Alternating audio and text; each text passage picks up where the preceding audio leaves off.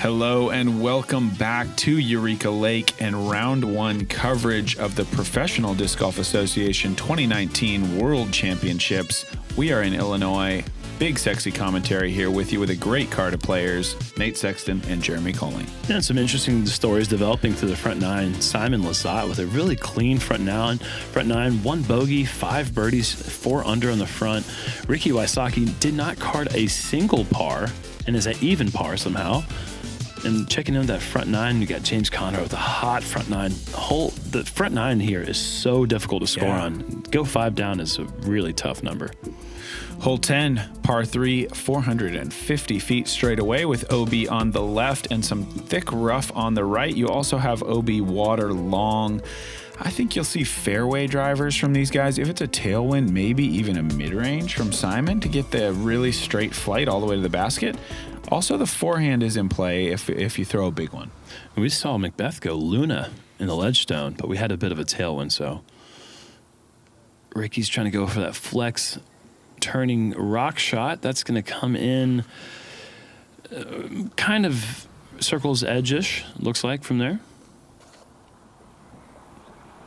Simon with the driver, a little bit right.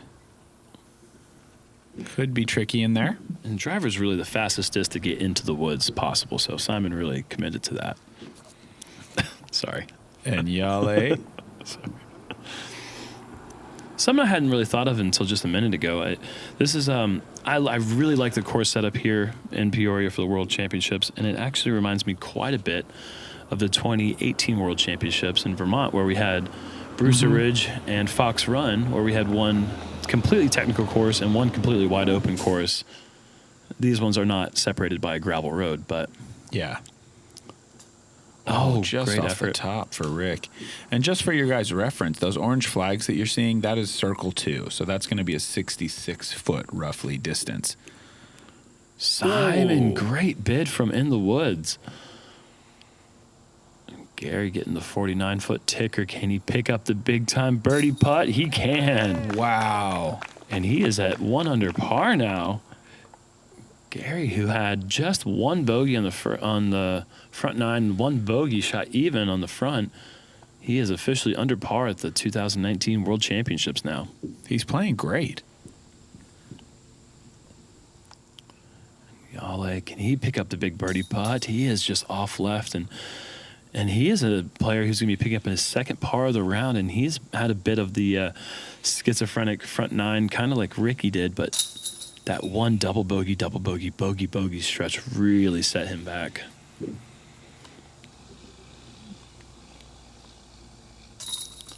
So pars for Simon, Yale, and Ricky, and Gary's going to jump to the top of the box after that huge birdie putt.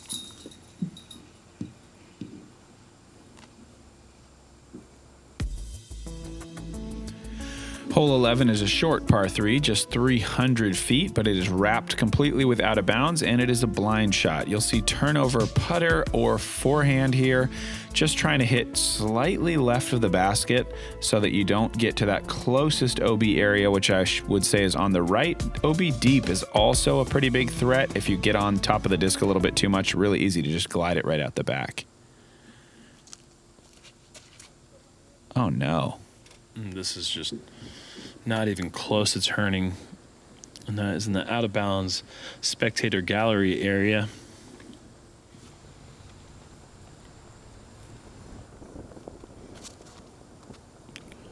Ricky hanging this out there kind of wide with a pig, but that's going to hang on and stay safe. Perfectly thrown there for Rick.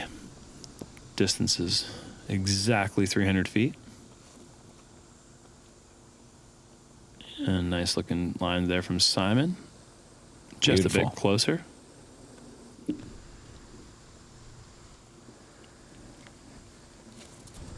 Yale has the mid-range. This is pretty right, but it's fading.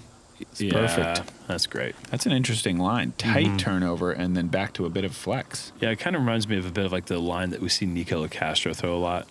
He really leans heavily on that Forrest Anheuser, and I think Yale's really good at that shot too. Maybe two of the best in the business at that shot. Ricky's back under par and charging hard now.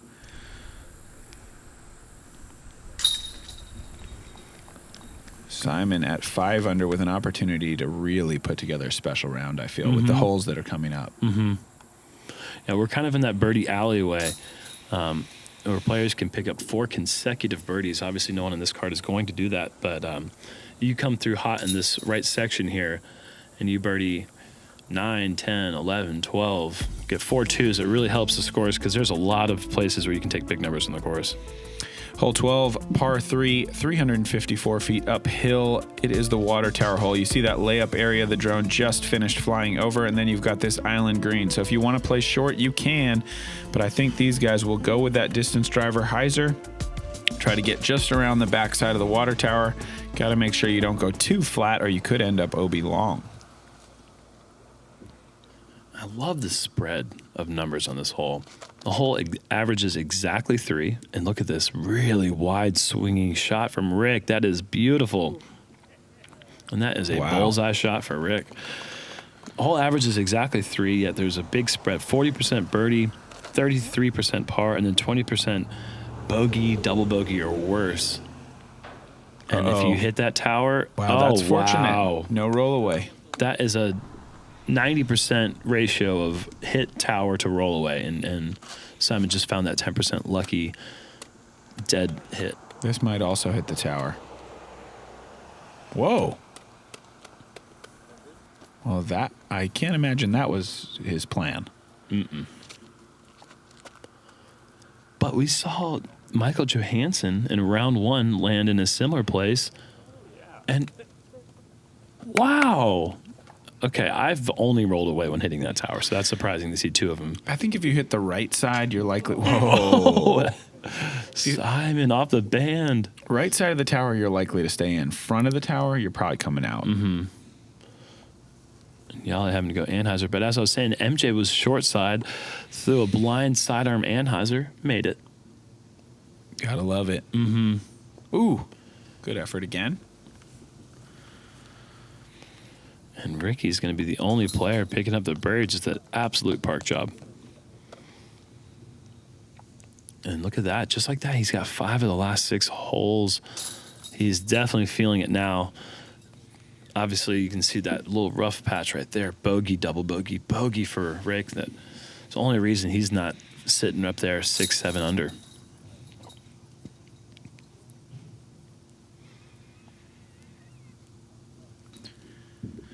No damage. Pars for the rest of the group.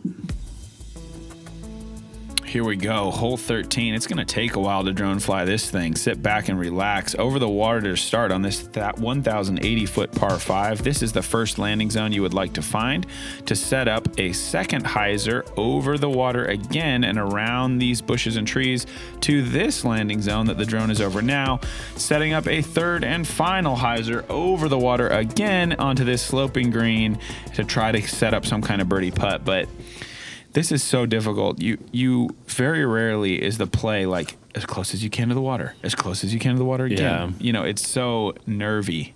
And Ricky Rick. comes up short. Just like that. Wow.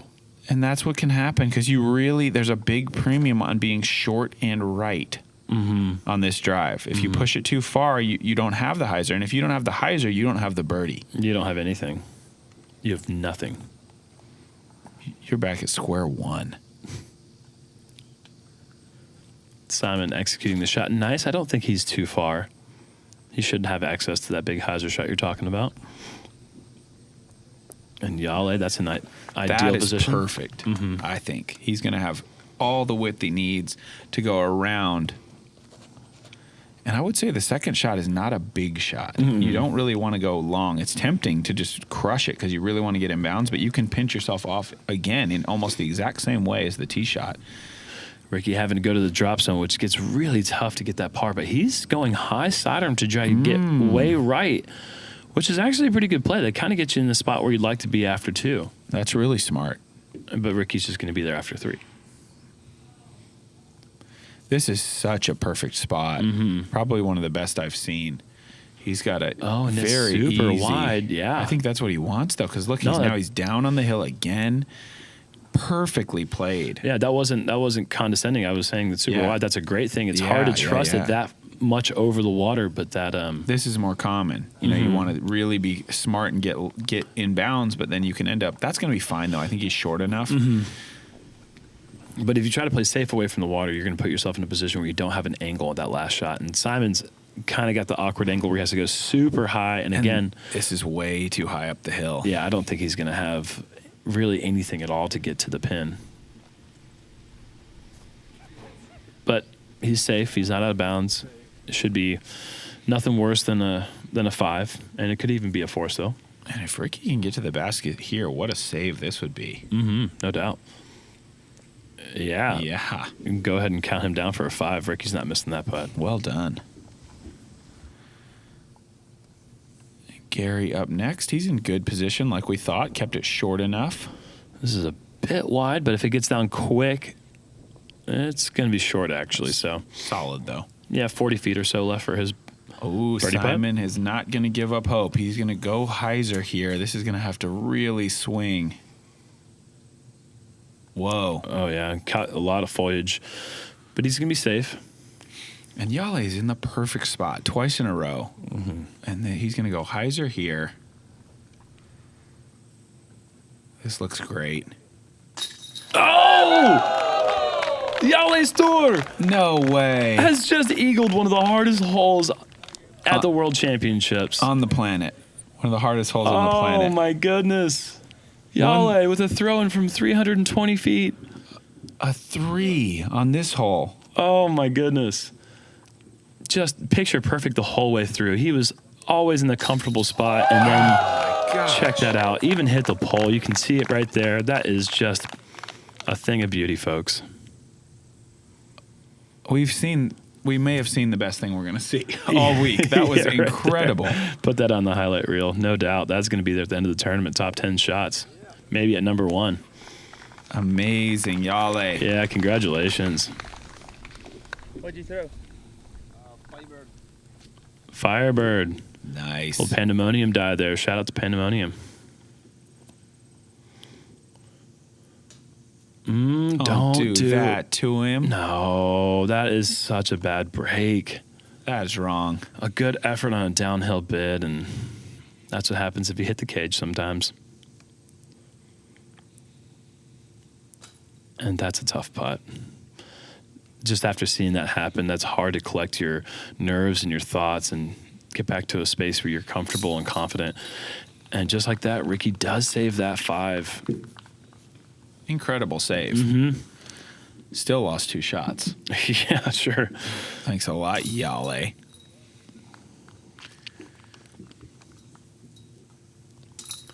I can't say anything about any of this other stuff. That was so incredible. Yeah. An eagle on that hole. We are so lucky to have seen that. Incredible. Yeah, that's the kind of thing that you see on the score sheet and you think that's a mistake. They must have meant on hole 14 Yeah. or hole 10 Yeah. or hole 12, Yeah. not 13. Yeah. But no, they got that right that time, and that's something Yale will remember for the rest of his life. Hole 14, par 4, 805. OB on the left, obviously water on the right all the way down. Tight, low ceiling drive. We're going to see Yale go low backhand here. Hopefully drift the disc a little right, but this is a bit high. Oh, it's fighting, but it didn't fight enough to really put him in a spot where I think he's going to ever get confident enough to go for that shot in 2. But that's an okay thing to do. To be in a position where you're forced to play for the par is actually kind of good. The temptation to birdie this hole is what gets a lot of people in trouble. That's a perfect drive from Ricky. And this is another one of those shots in that second shot, maybe even on the tee shot even, where you're really trying to play the same game you were playing on 13, where you're trying to keep as close to the water as possible, especially on Simon the is approach. keeping it very close to the water, extremely close to the water. As close as you can get. That's a little bit too much turn. He's going to be out of bounds. He's going to have an opportunity to do some Simon stuff, though. He's going to be down there looking at a huge water carry. Gary, that's a great shot. Yeah, it is. Might be a bit wide to go for it in 2. I don't know if that tree is going to come in play from there, but Yale has all the guesswork out here. Is not going for the pin, obviously. Good spot right there in the middle of the fairway. Yeah, well executed there. Yeah, leave him less than 130 feet or so. And this is 480 feet over water the entire way. And Simon is throwing another one in the water. This has got no chance. Oh, no.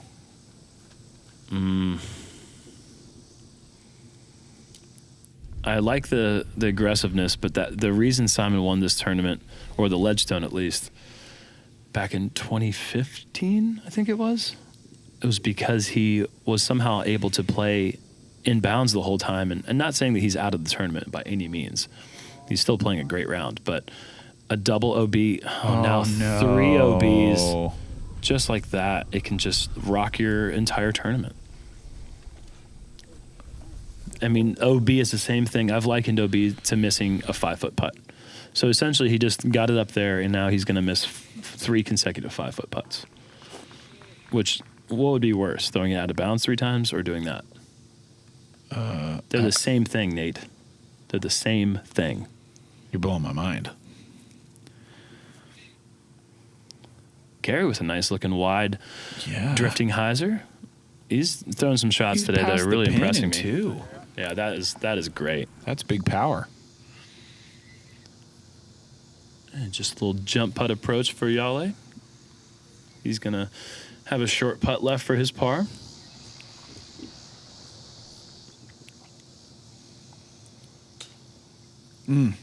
Just low.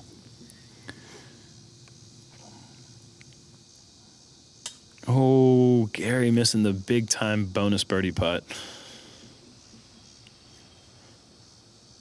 Simon able to stop the bleeding with a triple, but man, that's takes him from 5 to 2 under just like that. A great round is kind of, I don't want to say erased because it's not a race, but it definitely just sets him back quite a bit. Love getting outside and challenging yourself to become better? How about spending time with family and friends, or just marveling at the pure joy of flight? Then you've come to the right place at the right time. Join the PDGA. That's 3 things I personally like. I enjoy friends. I enjoy having a good time. The pure joy of flight isn't bad.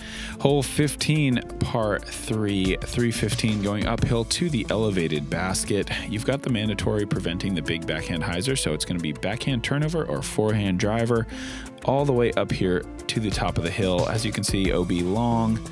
One of the easier holes on the course, though, all told. The third easiest, to be exact. 2.68 average. This is a hole that players are certainly looking at picking up one of the last 2s of the round. We've got 15 and 17 left as the par 3s. Yale a bit short there with his mid-range. And Ricky is certainly looking to keep that momentum going. Even though he's got pars in the last 2, Oh, yeah. he's going to have not a par on this one.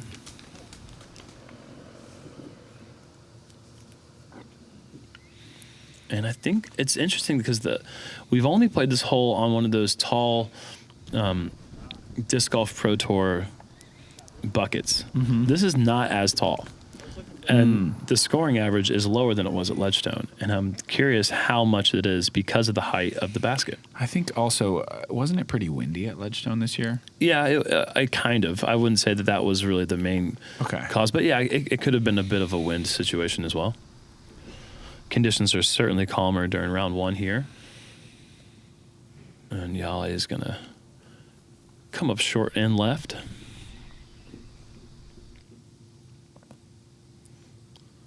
That is a big time birdie putt. I didn't know if it was going to stay in there. It's turned up vertical for a second.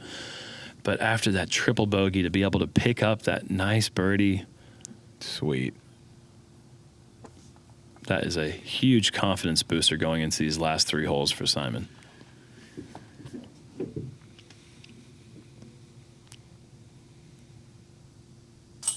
Gary.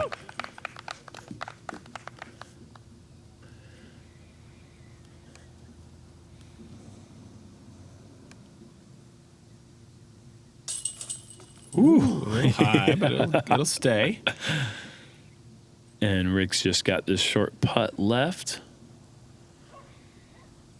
3 of the 4 players able to pick up the birdie on hole 15.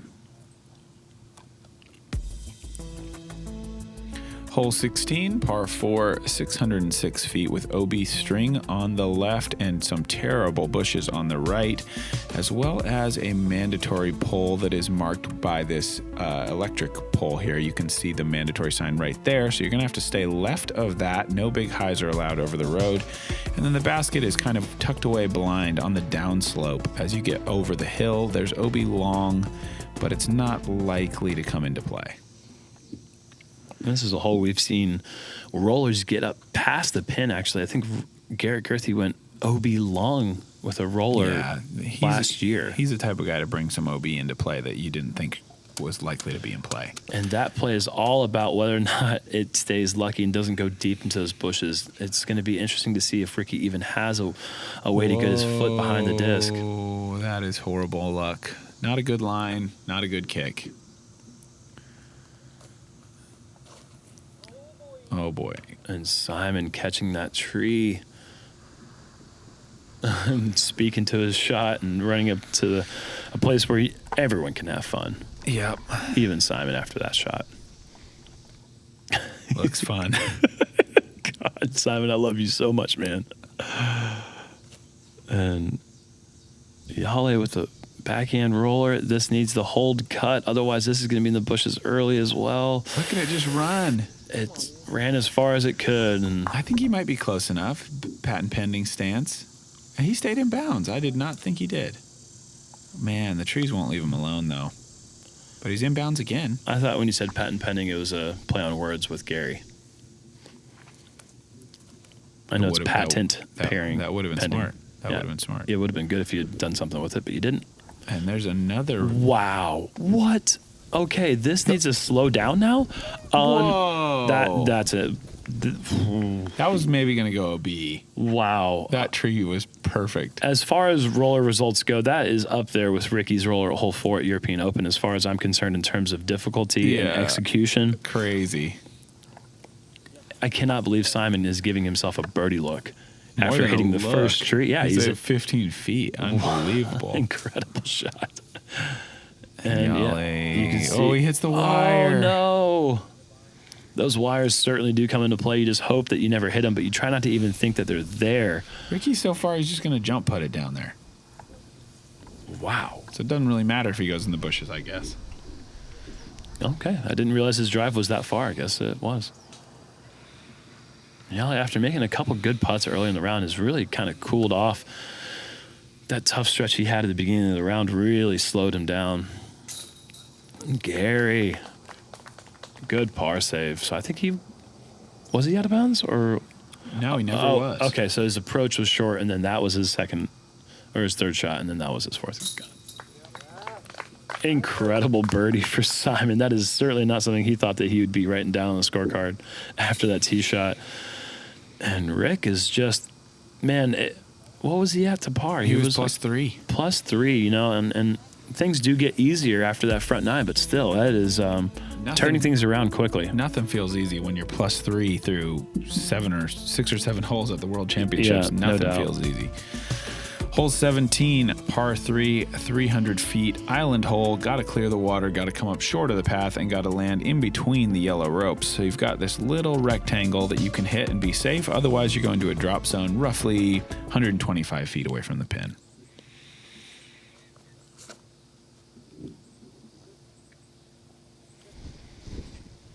And Rick stays in bounds, was never on line with the basket. A little bit of a early release perhaps, but the distance is perfect. He's in bounds.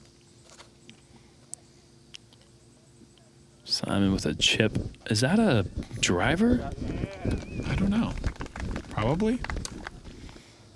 It might have been like a Doombird FD3. Mm-hmm.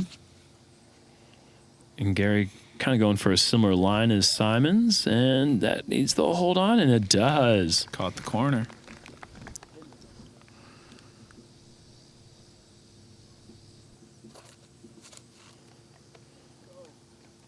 Yes, he says go. Does it have enough? Yeah. Oh, so lay is close. short and have to proceed to the drop zone, unfortunately. And this is kind of crushed. And just past the basket.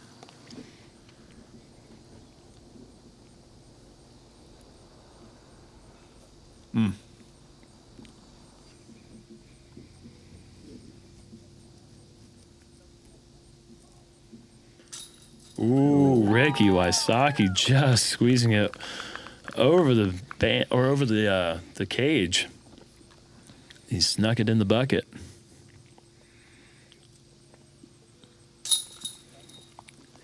Yale makes bogey. Luckily, he's very close to the edge. He'll have his disc back for use later in the tournament. And could you, imagine, I guess you could probably imagine easily, but when Simon was 4 under or 3 under through 6 and Ricky was I know 3 or 4 over, that they'd be tied after 17. It's just that's the kind of fight that you have, that you need to be a world champion. And that's why Ricky is obviously a 2-time world champion and obviously a champion of many, many other events. And that's awesome to see that fight. Hole 18, par 4, 711, our finishing hole today. OB down the entire left side as defined by the lake. You've got pavement up on the right side. You've got this banner wall behind the pin that's OB as well. Low backhand, low forehand, power roller. Maybe Simon thinks about giant Anheuser. You never know. I feel like that's been his play traditionally on this hole.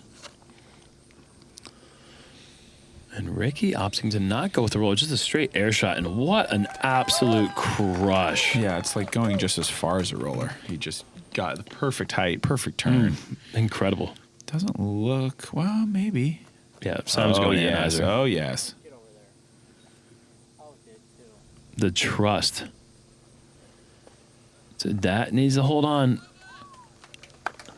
Looks like he has, and you can see he's 250 feet away from the pin, down by the water's edge, which is actually a great place to be. If you haven't tried being 250 away on a 711-foot hole, do it. It is so great. It's fun. It's just fun, and it's exciting for you and for the fans. Your friends will tell their friends. They'll tell their parents. Everyone's going to know. You're going to get more birdies. Yale needs some turnover. Don't fade too much. Oh, boy. Oh, it's got to be water, right? I don't know. Yeah, it looks like they're... Wait. Oh. So is he inside the casual relief area? He could have relief if he wanted, maybe, but he doesn't have to. Okay, so looks like Yale has gotten a great break. Stayed safe, and again, he's down by the water, which accesses a much more open, albeit still a low ceiling approach, and Yale did not do as much with that as he'd like, but being safe is a huge bonus there. One less 5-foot miss putt. Gary with a pretty decent shot. Can only leave himself a long putt.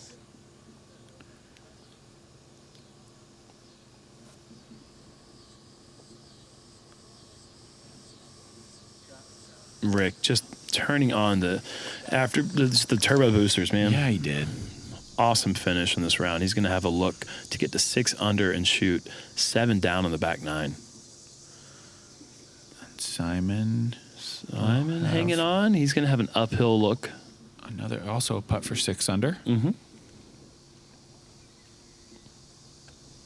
Yale Store needs to slow down. That's okay. Looked like it had a little bit more speed than that, but that's well within his range. And Gary's going to shoot 1 over today, which is a great starting round, I feel. I think with the pressure of the cameras, everything else, I think he performed well today. And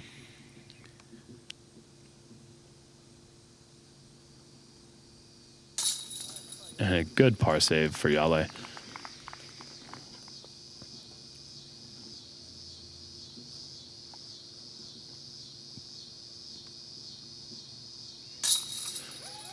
Ricky. Wow. 7 down on the back 9. Oh, no, I'm sorry. 6 down on the back 9. But a turkey on the final 3 holes of the front 9. Yes. And a what is it? A turkey and gravy when you get 4? Fair enough. There's got to be a whole Thanksgiving chart of what that's like. I'd put it in a chart. Here you go. That is round 1 finished for our group. Look at that blue 3. Yeah, that's unbelievable. Beautiful. -6 Rick, -5 Simon, +1 Gary, +2 Yale. Look at fire emoji Emerson Keith, -12. Gracious. Dude, that's the league card for tomorrow. These guys, incredible starting round. Let's check in, get some interviews from these guys. Yeah, I started off really bad. On the front 9, I think I was 3 over at one point, so I knew it was going to be one of those rounds, and I just really fought all the energy that was working against me. I had some bad luck, and it was just the type of round that a lot of stuff was working against me, and I knew that I had to get out of my funk and really put a good round together to not put myself too far away. So then what can you take from that finishing strong into tomorrow at Northwood?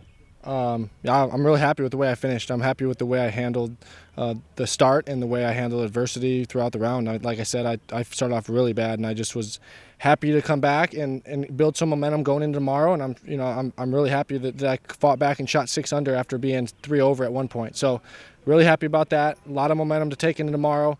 I know that if I play a clean round throughout the whole round, then I'm right where I need to be. So I'm really happy. Yeah, early on it was pretty windy, and I just couldn't get it under control. Like I couldn't figure it out. I was just throwing the wrong shots in the wrong situations, and I just felt like it just didn't feel good. And I had some weird OBs pretty early there, hole 2 and hole 3. Got weird OBs that I hadn't even gotten practice. Even at the end of the round, 17, that's one I haven't left short at all. So just never felt like I was really in a groove. For the whole round, I don't know, it just didn't feel like complete. I felt like I was in a groove, but I didn't feel like I was putting them close. Like I felt like I was having to make like 20-something footers each time, and then there was a few like two drives where I was like, that's parked. Now obviously it's a long tournament. Does it matter to you to be up this high this early? I feel like I play really good at these courses, so to shoot a 10 and feel like it wasn't that good is promising. And then we talked a little bit already this week about Northwood, but what are you what are you looking to do there? Can you take advantage of some separation there tomorrow? I think Northwood, if you have a great round, you can really gain strokes on the field. That course it's demanding because you have to throw the tight lines, and then the rough isn't forgiving at all. So here, if you kind of shank a shot, you just take it from the OB line, and then you got a clear shot basically from there. There, if you shank a shot, it might take 2 to get out. So there it's going to be a completely different game. I got a whole nother bag set up for that course. The most important thing about the first day is to not lose the tournament. You can't win it on the first day, but you can definitely lose it. The game plan was, I guess, to shoot really hot, but really the game plan was to put in a solid score and just be in contention, be in a position to attack, and that's exactly where I am and some, so I feel good about it. All right, so the throw in for Eagle on 14. Tell me about that. Well, coming into hole 14, I was at kind of a stale point in my round. I actually just botched an upshot on the previous hole, which was going to be a pretty easy birdie for me, and I lost a stroke there in my mind, and I step up and I put myself in a good position on hole 14, and that next shot, it was just it was like a little bit deep out of my hand. I was afraid it was going to put me long, but it was going to flash the chains. And instead of flashing, it just hit dead center and was swallowed by the basket. Right after that, it was just really important for me to calm down. You did something amazing, but really, don't let your heartbeat get up, really. You don't want to be shaking on that next shot. It still needs to be a birdie, and I did exactly that. I executed that next shot and actually finished very strong. Hopefully nothing too crazy happens at Northwood and we get back to Eureka. So I started off on hole 1. Of course, you just want to throw it in bounds. I watched the previous card in front of me tee off, and I watched 2 of them throw out of bounds. So I was just making sure I got in bounds, and then I started off with a birdie and then went birdie on hole 2, which is one of the tougher ones to get.